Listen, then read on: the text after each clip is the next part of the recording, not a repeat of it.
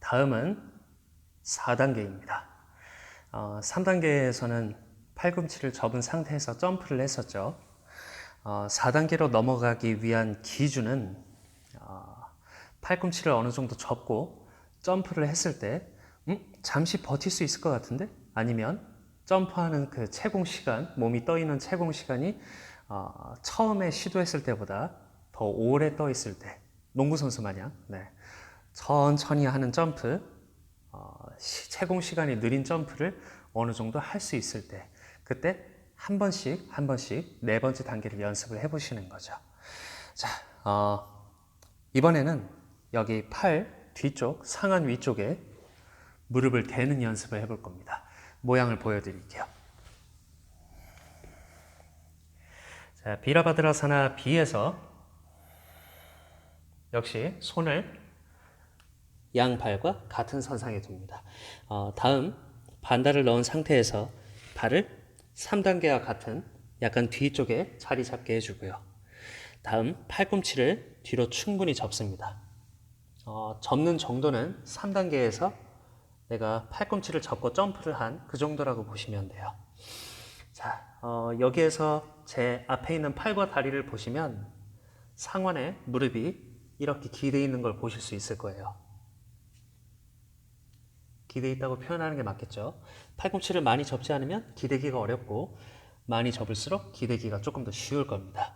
자, 이쯤부터는 무게 중심이 발에서 손으로 옮겨갈 거고요. 발이 조금 더 가벼워지는 걸 느끼실 수 있을 거예요.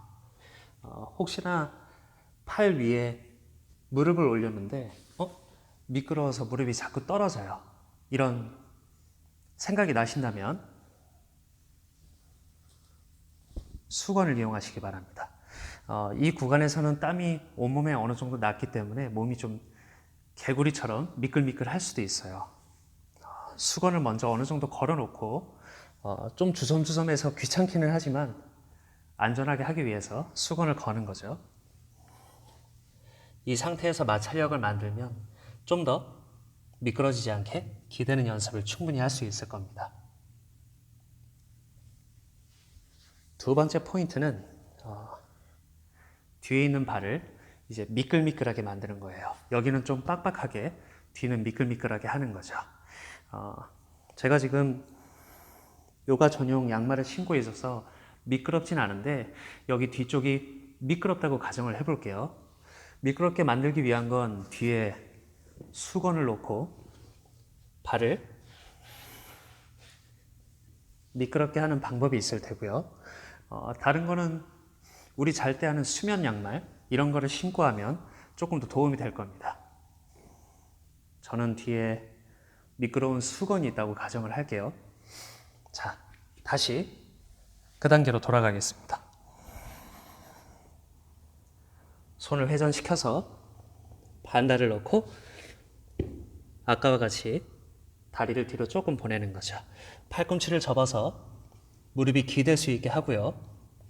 발은 가볍게 만듭니다. 자, 뒤에 있는 수면 양말이나 수건을 이용해서 여기에서 여기까지 끌어오는 연습을 하는 거죠. 미끄러운 바닥 성질을 이용해서 엉덩이를 하늘 쪽으로 들어 올리는 겁니다. 자, 이거에 대해서 설명드릴 부분이 있어요. 눈으로 보았을 때는 다리 힘, 배 힘으로 이렇게 끌어온 것처럼 보이겠지만 이 힘의 가장 주축이 되는 부분은 역시 반다입니다. 반다라면 설명을 굉장히 많이 했었죠. 끌어올리다, 잡다라는 뜻인데 이 힘을 강하게 만들면 골반이 뒤쪽으로 가는 회전에서 앞쪽으로 가는 회전을 만들 수 있어요. 이 얘기는 곧 몸을 앞으로 접거나 다리를 하늘 쪽으로 들어 올리는 것, 전굴에 어느 정도 도움을 줄 수 있는 겁니다. 방금 자세를 응용해서 말씀드리자면 몸을 접어서 엉덩이를 들어 올리는데 꼭 필요한 힘이 반다라는 얘기가 되겠죠. 자, 다시 그 구간으로 돌아가겠습니다. 자, 무릎은 충분히 기댔고요. 방금 전에 설명한 끌어올리는 이 반다의 힘으로 여기에서 여기까지 끌어오는 연습을 하는 거죠. 자, 물론 설명은 쉽게 했지만 이 반다의 힘만으로 이 무거운 뒷발을 끌어오는 건 그렇게 쉽진 않을 겁니다. 처음은 한 반다를 20-30%, 나머지는 정말 순수한 힘, 이런 거를 사용해서 일단 옮기는 것부터 연습을 해보시고요. 연습을 어느 정도 숙달이 된다면 반다에 대한 퍼센트를 높이는 겁니다. 다른 근육들의 역할을 조금 더 줄여가고요. 그러면 조금 더 가벼운 엉덩이 들기, 반다를 끌어올리기가 될 수 있을 겁니다. 자, 그 다음 구간으로 넘어가 볼게요. 자, 반다를 이용해서 끌어올렸고요. 다음 이 상태에서 앞에 있는 발을 뒤로 보내는 겁니다. 보내는 순간 같이 뒤에 있는 발도 내려오는 거죠. 약간의 순간적인 추락이라고 생각하셔도 좋을 것 같습니다. 다시 보여드리면 엉덩이를 끌어와서 차투랑과 단나사나 푸시업을 하기 전까지에는 이쯤에서 이쯤까지 아직 추락할 수 있는 공간이 남아있죠. 이 공간이 끝나기 전에, 이 추락이 끝나기 전에 두 발을 뒤로 보내버리는 겁니다. 바닥으로 찬다기보단 두 발을 순간적으로 뒤로 슉 하고 보내는 거죠. 다시 한번 보여드릴게요. 오른발을 가볍게 만들고 앞쪽에 있는 발을 가볍게 만들고 반다 힘으로 끌어온 후에 어느 정도 정리가 되면 두 발을 뒤로 던져버리는 겁니다. 순간적으로 빠른 뒷발차기도 필요할 거고요. 뒷발을 차서 푸시가 들어갈 때까지 채공 시간의 그 틈을 가지고 갈 수 있는 반다의 힘도 필요할 거예요. 반다의 힘이 강할수록 추락하는 시간은 점점 더 늘어날 겁니다. 다시 말해서 여유가 생긴다는 거죠. 이 부분 역시 약간의 반복 연습을 통해서 확립을 하는 시간을 가져보시기 바랍니다. 설명이나 머리로 이해하는 것도 있긴 하겠지만 몸을 직접 움직였을 때 그 느낌을 스스로 파악하는 게 가장 중요하다고 봐요. 옆 사람이 하는 걸 보고 바로 따라해서 뭐 바로 하시는 분도 있겠지만 우리가 몸 운전을 하는 것처럼 여기가 오른발, 여기가 뒷발, 점프롤은 확 하다 보면 몸이 적응을 못할 때가 있거든요. 몸이 점점 익숙해져서 따로 준비 같은 걸 하지 않아도 숙달돼서 뒤로 찰 수 있게 반복 연습을 충분히 많이 해보시기 바랍니다. 여기를 4단계로 할게요. 이제 5단계입니다. 단계가 꽤 많죠. 제 생각에는 단계가 많을수록 연습할 수 있는 그 구간이 많아서 오히려 더 좋은 점도 있는 것 같습니다. 자, 5번째 단계는 방금 전에 했던 4번째 단계에서 이제 한 가지 더 추가를 하는 거예요. 하나하나씩 더 추가를 하는 거죠. 아까처럼 발을 마찰력을 이용해서 끌어온 이후에 뒷발을 들어 올리는 연습인 겁니다. 방금 전에 했던 4단계에서의 뒷발 차기가 필요한 시간, 힘을 가지고 있는 이 시간이 이 정도라면 5단계에서는 드디어 이 힘을 주는 시간이 좀 더 늘어나는 거예요. 왜냐하면 점프를 하는 게 아니라 잠시 몸을 들고 있는 거니까요. 이 기간 동안 충분히 반다와 팔힘, 어깨 힘으로 버틸 수 있는, 바닥을 밀어낼 수 있는 그 힘의 시간이 필요합니다. 역시 다시 말씀드리면 4단계에서 발을 차고 푸시업 할 때까지의 시간이 아주 여유롭게, 여유 있게 진행이 된다면 5단계로 넘어갈 준비가 됐다는 뜻일 수 있어요. 자, 보여드리겠습니다. 자, 앞서 보여드린 4단계와 진입 단계는 똑같고요. 발을 뒤로 보내는 것도 똑같습니다. 팔꿈치를 접어서 상완에 무릎을 대는 것도 똑같고요.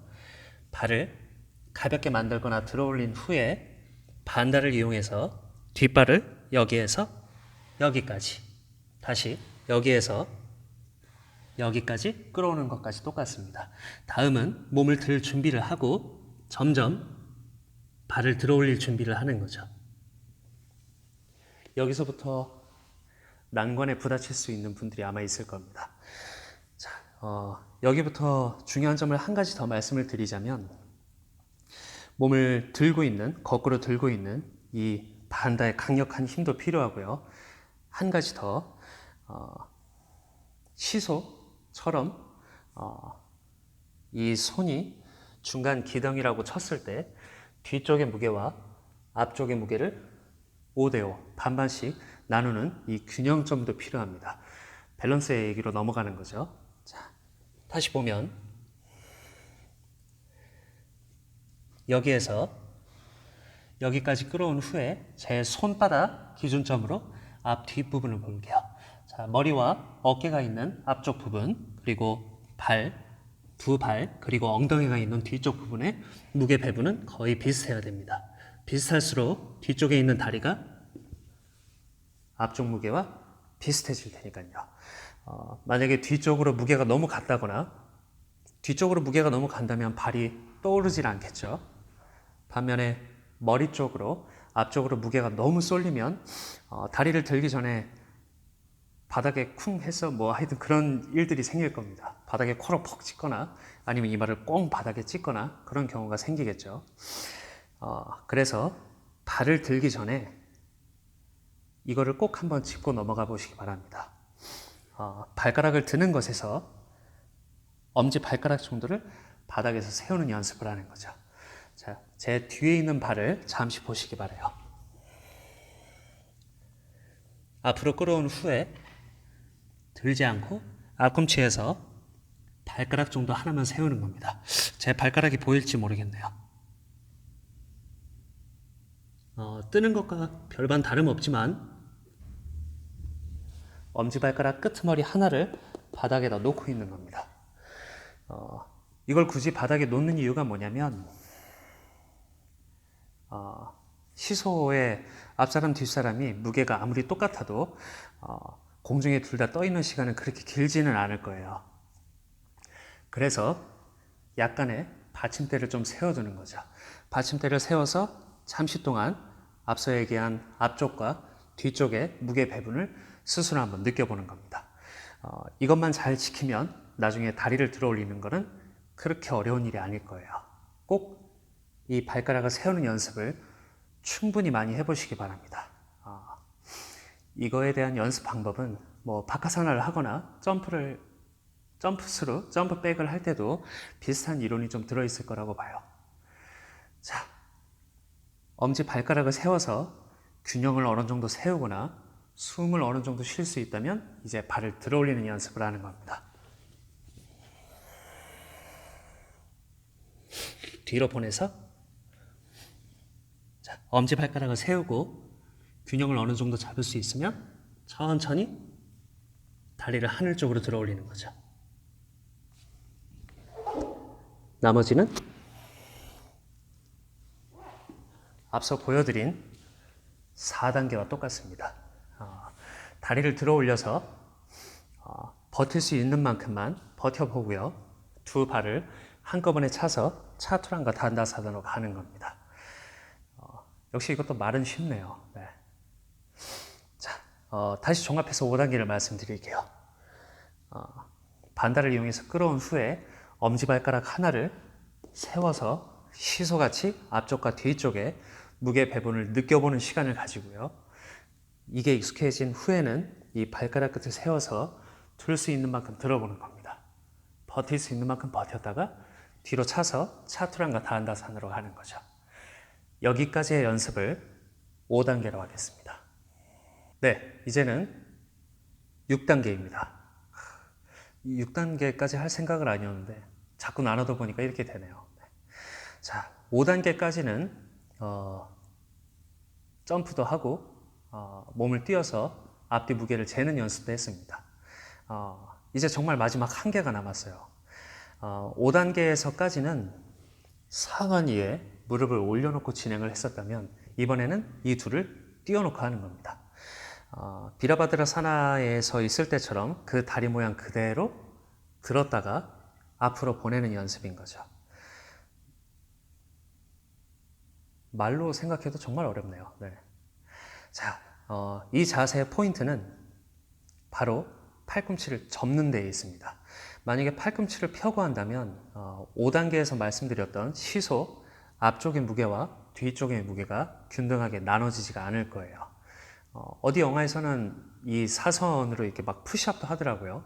이론상은 불가능한 얘기입니다. 네. 중간 각도를 바꾸면 가능을 할 수 있겠지만요. 어찌됐든 동작으로 먼저 보여드리면 역시 발에 일직선상에 맞춰서 발을 두는 거고요. 자, 발을 뒤로 보내서 발날이 아닌 발등 쪽을 바닥에 두는 겁니다. 자, 여기에서 아까 얘기했던 시소의 원리를 먼저 넣는 거예요. 팔꿈치를 접어서 앞쪽에 있는 무게감을 만드는 겁니다. 그 다음은 아까 얘기했던 수건 미끄러뜨리기, 이 부분이 필요해요. 납작 엎드린 상태로 바로 몸을 드는 것은 불가능할 테니까요. 그래서 먼저 반다의 힘으로 무게중심인 몸통을 앞쪽으로 먼저 세워놓는 겁니다. 그래야 앞쪽과 뒤쪽에 시소의 힘이 균등하게 분배가 될 테니까요. 나머지는 다리를 들어 올리는 겁니다. 다시 한번 보여드릴게요.